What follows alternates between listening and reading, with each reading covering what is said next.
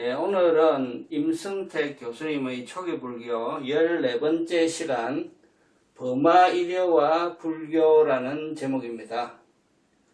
그래서 이 버마이려는 브라만교의 핵심 사상이고 또 이 사상이 은연중에 현재 한국 불교에 상당히 많이 들어와 있어요. 우리가 알게 모르게. 그래서 오늘 그런 얘기도 같이 좀 해보고 또 여기에 상대되는 불교의 사상이 이제 무아사상이죠. 그래서 비교해서 어떤 차이가 있는지 이런 점들을 오늘 살펴보도록 하겠습니다. 그러면 우선 본문 내용에서 교수님께서 버마이리에 대해서 이제 설명하신 부분을 같이 한번 보도록 하겠습니다. 버마이려라고 하는 것은 말 그대로입니다. 범과 아가 일려, 같다 이런 뜻입니다. 그러면 범은 브라만이고 아는 아트만이거든요. 그래서 브라만과 아트만이 같은 것이다 하는 사상이 버마이려 사상입니다. 그래서 말만 가지고 이렇게 살펴보면 간단하죠. 범이 뭔지를 알고 아가 뭔지를 알면은 그 두 개가 같다고 하는 사상이구나 이렇게 이제 정리가 되는 것입니다. 그래서 이 버마이려 사상이 이제 바라문교의 사상인데, 바라문교의 현인들이 이제 이 사상을 정립을 했겠죠. 이 본문에 따르면 이렇게 되어 있습니다. 경험 세계의 다양한 사물을 포함하여 모든 신들의 의지처가 되는 근원이 브라만이다. 경험 세계라는 것은 이제 현상 세계를 얘기합니다. 현상 세계의 다양한 사물, 그리고 모든 신들, 즉 눈에 보이는 것들과 눈에 보이지 않는 것들을 다 포함한 일체, 이 일체의 근원이 되는 것이 브라만이다 하는 개념을 이제 정리를 해낸 거죠. 그래서 이 브라만은 모든 존재의 배후 혹은 그들 안에 내재해 있다 이렇게 이제 얘기를 하고 있습니다. 그래서 이 세계는 브라만이 변화하여 이루어진 결과다. 즉 브라만이 이 모든 세계의 중심이고 그것을 만들었다는 거죠. 그래서 이 브라만은 그 창조신에 해당이 됩니다.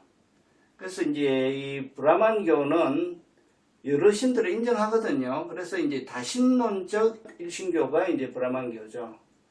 그러니까 신의 세계를 포함한 현상계, 모든 현상계를 아울러서 중심이 되는 신이자 모든 것을 만들어낸 근본 신이다. 이게 이제 브라만 신이죠. 이게 이제 브라만의 개념입니다. 그래서 일체 사물의 차별적인 모습은 브라만으로부터 유래하였다. 즉, 이 만물은 각각의 다른 모습을 갖고 있지만 그 근원은 브라만에서 만들어진 것이다. 그래서 브라만이 형상화한 것이 일체 사물이고 그 근본에는 브라만이 있다라고 하는 이제 사상입니다. 자, 그러면 이제 아트만은 무엇이냐? 아트만은 개체 또는 개인에 있는 자아를 얘기합니다. 개체 또는 개인 안에 들어있는 자아인데 이것은 마치 개인의 영혼과 같은 것으로 겉으로 드러나는 모습과 구분되는 본질적인 무엇이다. 그래서 모든 인간은 고귀한 존재이며 저마다 영원히 변하지 않는 실체인 아트만을 지니고 있다. 그래서 우리가 모든 사람이 형상이 다르고 성품이 다르고 이렇게 드러난 모습이 다 다르지만 그 속에는 영원불멸의 그 죽지 않는 자아로서의 아트만이 있다 라고 하는 생각이죠. 그래서 비록 육신이 죽는다고 하더라도 결코 없어지지 않는 것, 이것이 이제 아트만이다 라는 사상입니다. 그래서 바가바드 기타에는 이렇게 이제 설명이 되어 있습니다. 사람이 낡은 옷을 벗고 다른 새로운 옷을 입는 것과 같다 이거죠. 그래서 이것은 낡은 육신의 몸을 벗고 다른 새로운 몸으로 들어간다. 그래서 칼로도 그를 자를 수가 없고 불로도 그를 태울 수가 없다. 이렇게 이제 그 브라만교의 경전에 써져 있습니다. 자, 그래서 브라마는 모든 존재의 본질을 이루는 까닭에 내면 깊숙이 자리한 아트만을 인식하면 바로 거기에서 브라만을 만날 수가 있다. 이게 이제 굉장히 중요한 얘기입니다. 버마일이라고 하는 것은 결국 뭐냐? 자, 우리 인간의 내부에 아트만이 자리 잡고 있는데 그 아트만은 숨어 있는 거죠. 표면에 드러나지 않고 숨어 있는데 수행을 열심히 해서 이 아트만을 찾아내면은 바로 브라만과 만나게 된다는 것이죠. 지금까지 설명에 따르면은 상당히 좀 불교적인 그런 그 냄새가 좀 나죠. 그 불교라는 것이 이제 다른 게 아니라 한국 불교. 우리가 이제 절에서 노스님들 법문을 옛날에 들으신 분들은 이와 혹시 유사한 그러한 법문을 들으신 적이 없는가? 이런 생각을 지금 하실 수가 있습니다. 그래서 브라마는 우주의 아트만이고 또한 인간 안에 존재하고 있는 브라만이다. 이것이 버마이디어다. 그래서 이 버마이디어 사상은 어떠한 철학적 의의가 있냐면요. 어떤 보는 방향을 바깥 사물로 보는 방향을 돌리는 것이 아니라 내부적인 자기 성찰을 해서 내 안에 숨어있는 참된 자, 아트만을 발견하는 것으로 그 수행의 방향을 전환시키는 그런 그 의미가 있다는 것이죠. 그래서 이것은 상당히 유의미한 철학적인 진전이다. 이것이 그 버마이디어 사상이 철학적으로 혹은 종교적으로 굉장히 의미가 있는 것이다. 그 이제 뭐 예를 들면 이제 개신교나 이런 데서는 그 하나님과 구원자를 다 밖에서 구하지 않습니까? 근데 이제 바탕이 다르죠. 눈을 안으로 돌려서 내부 성찰을 통해서 아트만을 발견하고 그럼으로써 브라만과 만나게 된다라고 하는 상당히 철학적이고 이름 보기에 설득력이 있는 그러한 그 내용을 갖추고 있는 것입니다. 그래서 이러한 사고의 확립은 내면의 전환을 통해서 일체의 괴로움으로부터 해탈하는 방법을 가르친 불교의 출현에 훌륭한 사상적인 토대를 만들었다. 이렇게 볼 수 있다는 거죠. 그래서 이 불교가 출현할 당시에 지배적인 사상과 종교가 이제 브라만교이자 또 버마이디어 사상이거든요. 그래서 이러한 사상이 그 불교의 탄생에도 토양적인 기초가 되었다라는 내용을 지금 얘기를 하고 있고요. 그래서 이제 이렇게 써놨죠. 붓다는 버마이디어 사상에 얼마간의 영향을 받았을 것으로 여겨진다. 그래서 부처님도 분명히 이 버마이디어 사상을 알고 또 그 내용을 처음에는 배우셨겠죠. 그리고 특히 후대 대승불교에 있어서 일체 중생이 불성 또는 열애성을 가지고 있다. 그러한 열애장 사상이 이 버마이디어 사상과 제가 보기에는 같습니다. 거의 같기 때문에 이 불교와 이 무관한 사상이 아닌 거예요. 이 불교 속에서도 전부는 아니고 일부지만 이러한 사상이 엄연히 좀 살아있는 거예요. 그리고 은연중에 이러한 사상이 상당히 많은 그 불교를 믿는다고 하는 사람들에게 영향을 미치고 있습니다. 특히 이 버마이디어 사상을 윤회와 결합해서 설명을 하면 설명이 딱딱 맞아 떨어지거든요. 그래서 이 사상을 잘 이해하고, 그러면 불교는 여기로부터 자유롭지 않은가? 아닙니다. 불교의 부처님의 핵심 가르침은 이 버마이리어 사상을 완전히 부정하는 것입니다. 그런데 완전히 부정하는 것임에도 불구하고 그 내용을 잘 이해하지 못하면 많이 헷갈리는 거예요. 그래서 이제 오늘은 이제 그 부분을 좀 정리를 하는 것이고, 상당히 그 신앙적으로나 혹은 또 공부적인 측면에서 상당히 의의가 있습니다. 그래서 잘 한번 내용을 정리를 해 보시기 바랍니다. 그래서 이 그 열애장 사상은 상당히 많은 학자들이 이 버마이리어 사상과 내용적으로 유사하다 이렇게 이제 지적을 많이 하고 있는 거고요. 이 열애장에 대해서는 제가 좀 더 부연 설명을 하겠습니다. 그러나 중요한 얘기가 여기 있습니다. 이게 뭐냐? 자, 초기 불교라고 하는 거예요. 그러니까 부처님이 이제 살아계신 당시에를 우리가 원시불교로 하고, 부파불교가 생기기 이전에 한 100년, 200년간을 우리가 초기불교 시대라고 하는데, 이 초기불교 시대의 경전의 어디에도 이 부처님이 버마이리어 사상을 지지했다는 내용은 전혀 없습니다. 그래서 이것은 불교의 사상이 분명히 아닌 것입니다. 그래서 붓다는 인간 존재의 무한한 가능성과 존엄성에 대해서는 기꺼이 동의를 하였지만, 그것이 관념화되고 독단화되는 것에 대해서는 위험성을 엄정하게 경계하는 그런 입장이 붓다의 입장이다. 그는 다만, 그는 하면 이제 붓다죠. 붓다는 다만 경험적 사실에 기초하여 일체의 구속으로부터 자유로워지는 방법에 주력하였다. 자, 그러면 부처님께서 하신 일은 뭐냐? 부처님은 버마이리어 사상을 하신 것이 아니고, 버마이리어가 아니라 뭘 하셨죠? 사성제, 연기법, 팔정도를 설하신 거예요.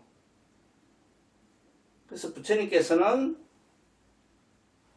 영원불멸의 자라는 것은 없다. 모든 것은 연기되어 존재한다. 하는 게 부처님의 연기법이자 부처님의 무화법이죠. 그래서 이 세상은 고로 가득 차 있다. 고의 거룩한 진리와 그 고통이 발생하는 원인과 소멸 원리를 설명하신 것이 연기법이고, 소멸을 시키는 구체적인 방법을 설명하신 것이 팔정도거든요. 그래서 부처님의 교설은 이 버마이리어 사상과는 완전히 다른 것입니다. 그래서 부처님의 교설은 철저하게 무아설에 입각하여 있기 때문에 이 브라만이라든지 아트만이라든지 하는 그 실체로서의 자아에 대해서는 그 완전한 반대의 입장을 가지고 있죠. 그래서 우리는 이러한 것을 항상 잊어서는 안 됩니다.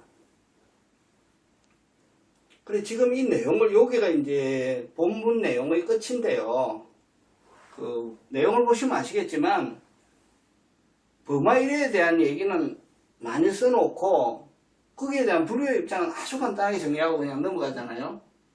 왜 그러느냐? 이것이 신문의 칼럼 형식으로 쓴 것이기 때문에 이 지면의 한정이 있어서 무아 얘기를 더 이상 할 수가 없는 거예요. 그래서 브라만 얘기만 해도, 브라만과 아트만 얘기만 해도 이 내용이 다 차버리는 거예요. 그러니까 교수님께서 몰라서 안 쓰신 게 아니라 그러한 한정적인 조건 때문에 더 이상 깊이 얘기를 이제 여기서 못 하신 거죠. 요게 이제 본문의 내용이고, 이제 우리는 이제 여기서 얘기를 좀 더 할 수 있죠. 그래서 이제 우리는 여기서 얘기를 하는데, 어떤 얘기를 할 건가 하면은, 아까 말씀드린 이 버마이리어 사상과 가장 유사한 불교적 사상인 열애장 사상에 대해서 좀 더 얘기를 할 것이고, 그 다음에 지금 이 버마이리어와 불교의 무아 사상에 대해서 비교해서 설명한 내용을 제가 쓴 글을 좀 찾아보니까 2년 전에 좀 정리한 내용이 있어요. 그래서 그 내용이 조금 더 쉽게 정리가 제가 했기 때문에 나름대로 그 부분을 좀 같이 읽어 보도록 하겠습니다. 자, 그러면 지금 문제의 이 열애장 사상, 이 열애장 사상은 다들 이제 이름은 많이 들어보셨을 텐데요. 어떤 내용이냐 하면요. 모든 중생은 탐심과 분노심 같은 게 있죠. 즉 번뇌가 있다 이거죠. 이것을 이제 이름하여 탐진치를 하지 않습니까? 이 번뇌가 있는데 그 이면에 은밀히 감추어져 있는 자성청정심이 있다는 거예요. 이 자성청정심이 있고 그것이 결국은 열애의 법신과 마찬가지라는 겁니다. 자, 이 지금 말 뜻의 구조를 보세요. 부마일예설과 같은 거예요. 그래서 이 자성청정심을 불성이라든지 진여라든지 이렇게 딱 불러버리고 이 진여를 내가 찾아내게 될 때 이 진여가 결국은 우주의 본주인인 법신열애와 같은 것이다. 법신 부처님과 같은 것이다. 이렇게 설명을 하면 범아일애와 똑같은 거예요. 이게 열애장 사상입니다. 자, 그런데 우리가 알게 모르게 그 절에를 다니거나 법문을 듣다 보면 은연중에 이런 얘기를 많이 듣게 돼요. 근데 그것이 결국 열애장 사상의 기초를 둔 얘기고 이것이 범아일애에 또한 뿌리를 둔 얘기가 되는 거예요. 그러니까 브라만교의 이 사상적인 영향이 대승불교 이후의 불교에도 또 한국 불교에도 영향을 상당히 미치고 있다 하는 사실을 우리가 이제 알아야 됩니다. 그래서 전 세계적으로요, 지금 종교를 인구별로 보면 1위가 기독교입니다. 25억. 그 다음이 이슬람교예요. 18억. 그 다음에 세 번째 종교가 불교가 아닙니다. 힌두교예요. 힌두교. 힌두교가 11억. 불교는 5억이거든요. 그러니까 이러한 범아일예 사상과 윤회라고 하는 아주 정교한 사상적인 기초를 가지고 있기 때문에 힌두교가 그만큼 센 거예요, 지금.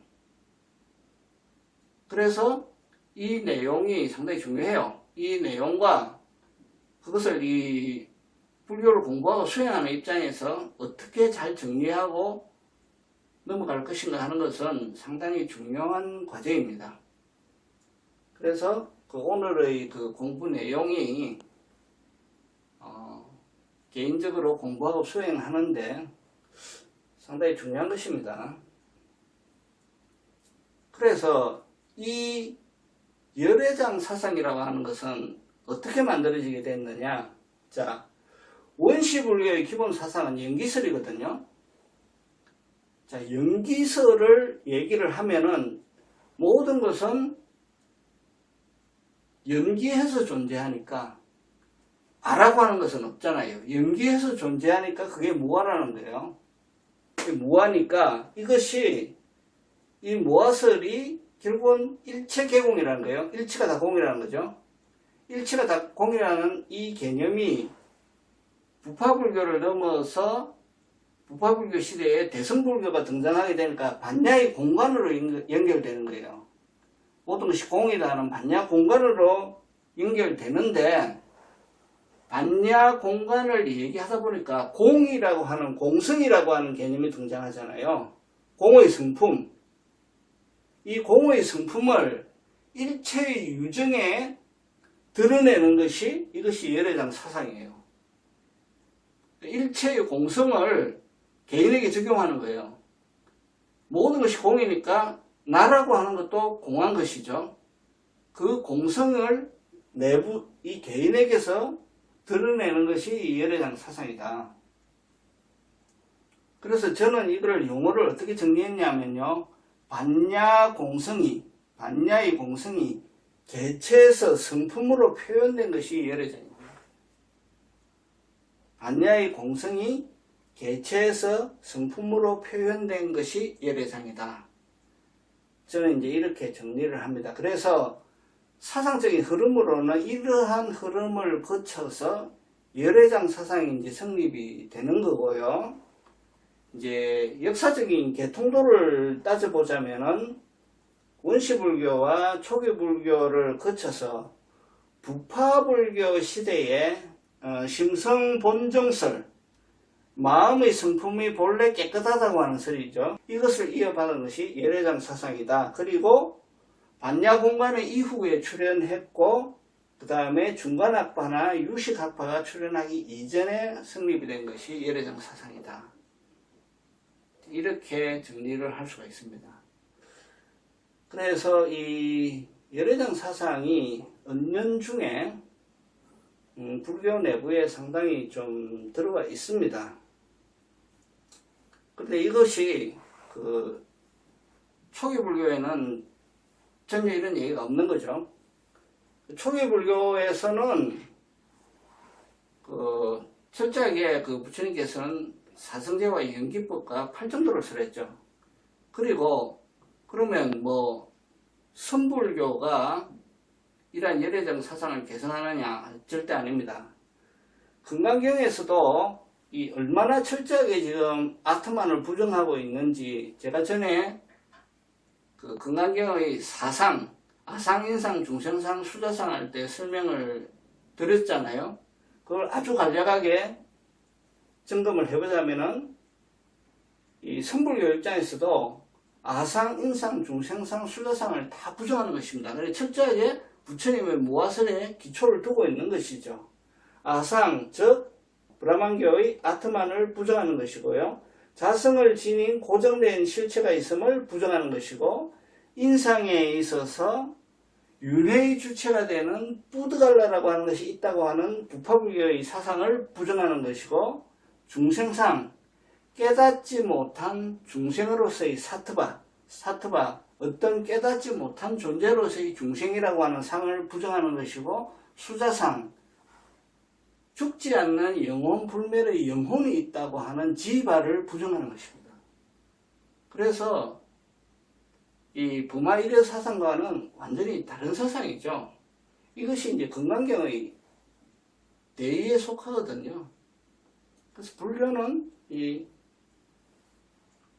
부마이려 사상과는 완전히 다른 것이다. 이렇게 이제 말씀드릴 수 있고, 지금까지 이제 제가 그 말씀드린 내용을 제가 그때 이제 쓴 글은 이거는 이제 일반인을 위해서 제가 좀 쉽게 쓴 거거든요. 요거를 이제 읽어보면 조금 더 정리에 도움이 되지 않을까 하는데 이제 이렇게 되어 있습니다. 제가 제목을 브라만교와 불교, 대성불교의 공사상과 무화사상 이렇게 해서 제가 이제 그 칼럼식으로 간단하게 썼는데 이렇게 이제 써놨습니다. 브라만교에 따르면 우주자인 브라만이 있고 개별자인 아트만이 있다. 이 개별자에는 카르마가 붙어 있어서 계속 몸을 바꾸면서 윤회를 한다고 믿는다. 몸은 죽어도 이 아트만은 죽지 않으니 브라만교 성전 바그바드 기타에서는 이 아트만을 영원 불멸을 하며 칼로도 벨 수 없고 불로도 태울 수 없다라고 하였다. 원래 아트만은 브라만의 환영이며 수행을 하여 그 업이 정화되면 다시 브라만으로 돌아간다고 한다. 따라서 이 브라만은 우주의 아트만이요, 아트만은 인간 안에 존재하는 브라만이다. 이것이 힌두교의 또는 브라만교의 버마이려 사상이다. 붓다는 이 교설을 전면에 부정하였으니 그것이 무화사상, 즉 제법무화이다. 불교의 실상론은 붓다의 연기법에 기초를 두고 있다. 즉 모든 것은 오직 연기에 의해서 형성되고 소멸될 뿐 자성, 즉 영원불멸의 자라고 하는 것, 즉 아트만을 지니지 않는다라고 하는 것이 이제 붓다의 교설이라는 거죠. 따라서 색은, 즉 물질은 성주 개공할 뿐이고 수상행식, 마음작용은 생주이멸할 뿐이니 모든 것의 본모습은 무아, 즉 비어 있습니다. 이를 대성불교에서는 공사상이라고 혹은 반야공간이다 이거죠. 반야사상이라고 표현하는데 이것은 연기법에 기초한 부처님의 무아사상의 또 다른 표현일 뿐이다. 자, 반자신경에서는 오운이라든지 12처, 18개, 12연기 모두가 공하다고 하는, 즉 무아라고 하는 그러한 그 구절이 있지요. 그리고 금강경에서는 일체법을 싸잡아서 그것이 꿈이고 환상이고 물거품이고 그림자 같은 것임을 알아야 한다. 그것을 밝힐 뿐이다. 이렇게 이제 써놨죠. 부처라고 이름 짓고 모양 짓고 하는 그런 모든 행동들은 다 사도에 속하는 것이다.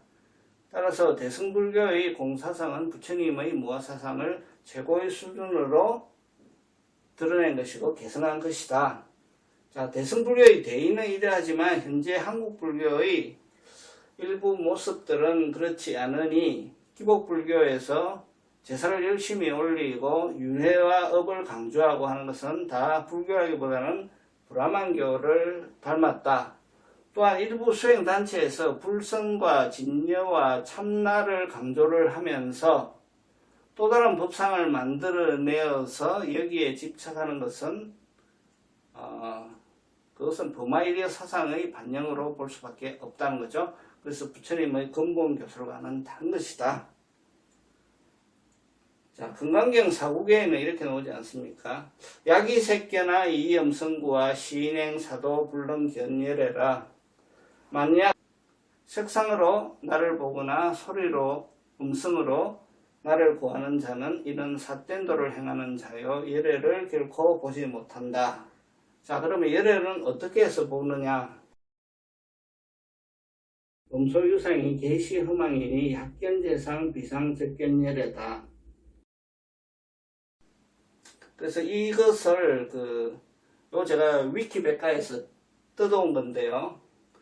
그 사전에 공식 해설은 이렇습니다. 무릇 존재하는 모든 상은 모두가 허망한 것이니 모든 상을 상이 아닌 것으로 본다면은 바로 열애를 보리라. 이렇게 이제 해석이 되어 있는데, 그래서 이처럼 불교의 무아사상은 힌두교 내지 브라만교와는 확연하게 구분되는 것입니다. 교단 내부에 이제 일부의 이러한 앞에 예를 들은 그런 것들은 그 자체로서 이제 비판을 하면 되는 것이고, 그것에 의해서 부처님의 제법 무아의 근본 교리가 손상 왜곡되어서는 안 된다 하는 걸로 이제 제가 이제 정리를 했는데요. 그래서 결국 같은 얘기를 몇 번 이렇게 반복을 했습니다만, 버마이려와 또 그에 상대되는 불교의 무아사상에 대해서 좀 짧은 시간이지만 이렇게 정리를 해봤습니다. 자, 그런데 이제 이 부분이 있잖아요. 음소유상이 계시허망이니 약견재상 비상적견열애다. 그래서 이 해석을 무릇 존재하는 모든 상은 모두 허망한 것이니 모든 상을 상이 아닌 것으로 볼 때 열애를 본다 하는 이 해석이 맞는 것 같죠? 근데 이 해석이 틀린 해석입니다.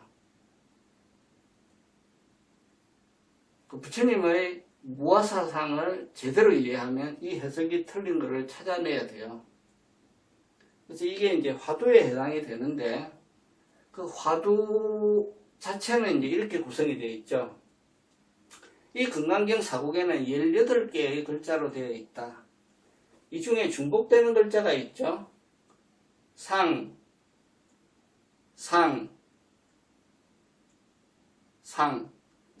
지금 3개가 나오고 견해서 견이 2개가 나오죠. 그래서 중복된 글자를 빼면 15글자죠. 그래서 이 15글자 중에 열애를 번개불처럼 빠르게 보고 바로 보는 한 글자가 있으니 밝혀라 하는 것이 이제 이 금강경 사국의 화두거든요. 그래서 그 화두를 한번 잘 참고를 해보시고, 화두 점검은 저하고 하시지 마시고 우리 지금 수신결 강의하고 계시는 금당법사님하고 하시기 바랍니다. 그래서 그거를 이해를 하면 불교의 무아를 정확하게 이해를 할 수 있어요. 그리고 왜 열애장식으로 불교를 설명하면 안 되는지도 거기서 다 드러납니다. 그러니까 이게 이제 공부거리가 되겠죠. 그래서 그건 제가 숙제로 남겨드리고요. 이상으로 이제 오늘 주제에 대한 제 말씀은 여기까지 드리겠습니다. 우리가 지금 선불교에서 보면 가장 많이 수행하는 방식 중에 하나가 이목고 하는 식으로 왔다가 자기 자신을 찾아 들어가는 그런 수행을 하지 않습니까? 그렇죠. 그것도 보면 일종의 우리가 지금 어마이교에서 관계된 그런 수행 방법이라고 우리가 볼 수 있을까요? 예, 그 부분이 지금 우리 최부분이 말씀하신 부분이 아주 중요한 부분이에요. 왜냐, 우리가 수행한다고 할 때 절에 가보세요. 혹은 법문을 들어보세요. 다 본래 성품을 찾아야 된다. 내 마음에 있는 부처를 찾아야 된다. 이런 얘기를 하잖아요. 그러면 그게 열애장이에요. 그게 열애장. 그러면 내가 참선을 하고 이목고를 하고 있는데 이 내가 열애장을 지금 하고 있는 거 아니냐는 거죠. 결국은. 그리고 참나라고 부르는 것 자체가 열애장이죠. 열애장. 제가 보는 견해로는. 그러면 내가 진정한 부처님의 무상고 무아를 깨닫기 위해서 수행을 하는데 내가 지금 열애장을 붙들고 있는 게 아니냐. 당연히 그런 의문이 생깁니다. 당연히 그런 의문이 생기는데 이제 제가 드릴 수 있는 답은 이거죠. 제가 드릴 수 있는 제 견해는 그걸 그렇게 찾아보세요. 그걸 그렇게 찾아서 찾게 되면 찾았는데 그게 열애장이 맞구나 하면은 열애장이 맞는 거죠. 근데 그것을 찾아보니까 그게 열애장이 아니다는 거죠. 그러면 열애장을 뛰어넘는 깨달음을 얻는 거예요.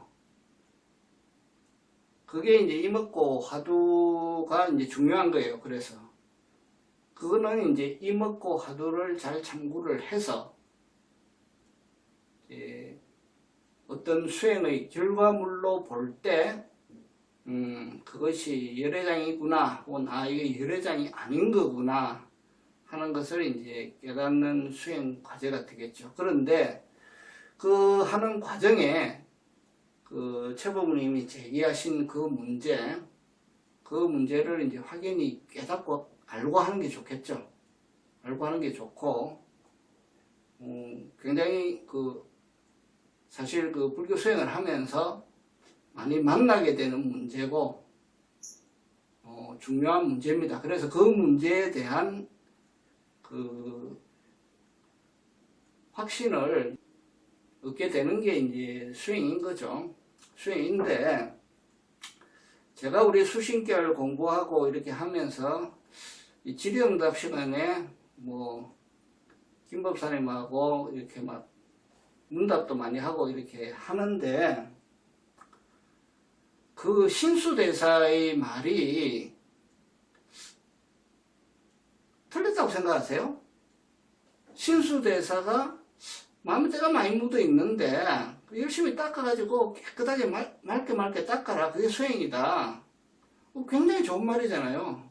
굉장히 좋은 말인데 육조께서는 그거 틀렸다 딱 이래 놓잖아요. 그래서 이제 신수의 말이 왜 틀렸는지를 확연하게 깨치면 육조의 깨침과 같은 깨침을 이제 얻게 되겠죠. 그러면 지금 이제 말씀하신 그 코멘트의 문제, 우리가 성품을 닦는다고 하는 이 문제가 이제 거기서 해결이 나는 거예요. 그래서 이 문제가 그렇게 간단하게 쉬운 문제는 아닙니다. 그것은 이제 공부를 쭉 하시면서 신수도 맞고 육조도 맞다 이러면 그게 그 해결이 안 난 거예요. 안 나고 신수가 확연히 틀렸다. 확연히 틀렸다라고 할 때 그 육조 단경과 근간경을 확연하게 깨닫는 거예요. 그래서 그거를 이제 수행 과제로 삼아서 공부를 계속 하시면 좋겠습니다 하는 게 이제 제 의견입니다. 이 영혼이 뭐다라는 확실한 개념 규정을 못하고 있기 때문에 많은 불자들이 무화서를 부처님이 그렇게 부인한 무화서를 받아들이지 못하고 있다. 그렇게 저는 보는 거예요. 제 개인적으로 이제 영혼에 대한 가장 그 비슷한 표현을 하라면은 이제 저는 그냥 까르마다 이렇게 이제 표현을 드리고 싶고요. 제가 자꾸 성철 스님 말씀을 자꾸 인용을 많이 하는데 그에 대해서 이제 편하게 받아들이시는 법부님도 계시고 좀 불편하게 생각하시는 법부님들도 계시겠지만 지금 우리가 얘기하는 영혼이니 까르마니 하는 이 모든 것들이 있잖아요. 이 모든 것들을 성철 스님은 딱 한마디로 뭐라고 말씀하시냐면 그건 무명의 찌꺼기들이야. 그냥 이렇게 딱 한마디로 하십니다.